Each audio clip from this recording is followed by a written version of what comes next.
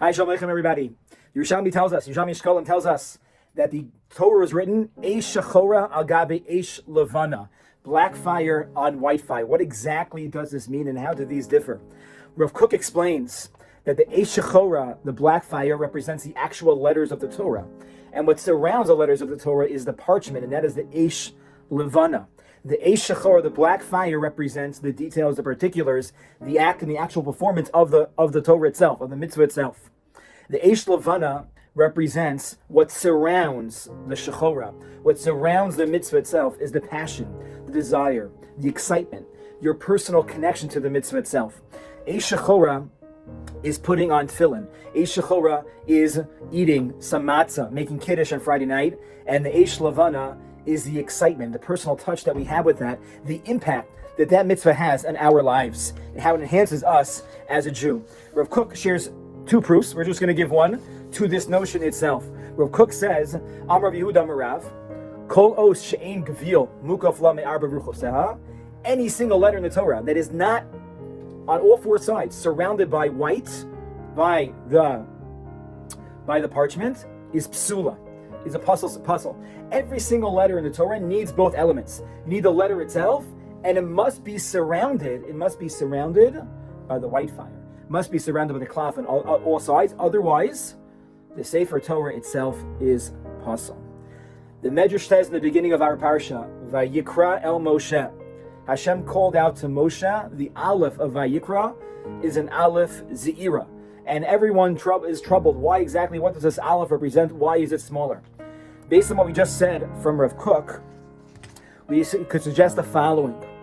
Rav Kook is telling us, or the Torah is telling us, that this Aleph, by making this Aleph smaller, making the black letter of the Aleph smaller, you're really giving more space for the white space in the Torah itself. You don't see a small letter, but disproportionately, there's a lot more white, a lot more of the Eish Levana out there in this name. What Rav Kook explains that Kadosh Baruch Hu is giving Moshe and showing us how Moshe lived his life. Yes, Moshe followed carefully every single nuance, every single detail, every single halacha in the Torah itself. Eish Shachora. But the greatness of Moshe is that he had this white fire, this Eish Levana. So the Aleph Ze'era is less Eish Shachora and more Eish Levana.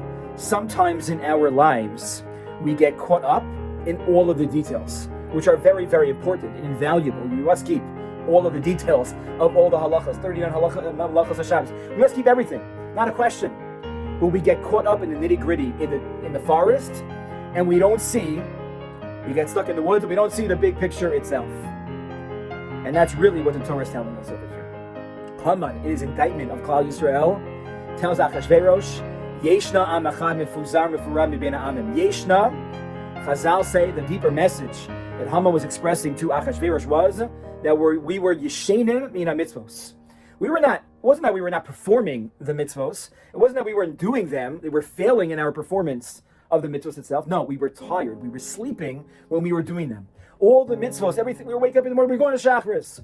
We were going to shul. We were keeping Shabbos, but it wasn't with a passion, with an excitement, with a desire, with the Eish Levana. That was the indictment, ultimately, that Haman had to Achashverosh. That's what got through the Gzeira against all the Jewish people, was that we were missing the Eish Levana in our lives, and how appropriate it is that Vayikra falls out for Parshas Zachor this year. And it's an excitement for us, not just on Purim to be Yotzei the mitzvah, to check our all. And the truth is, the past 2 years, that's really what we did. We just checked the boxes for the past 2 years because that's what was needed.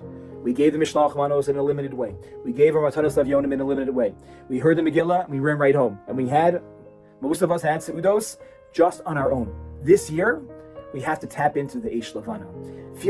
Do the Eish Shachor, we got to do. But we have to light up the Eish Levana in our lives. And in Purim itself, it should be a Lichtich Purim.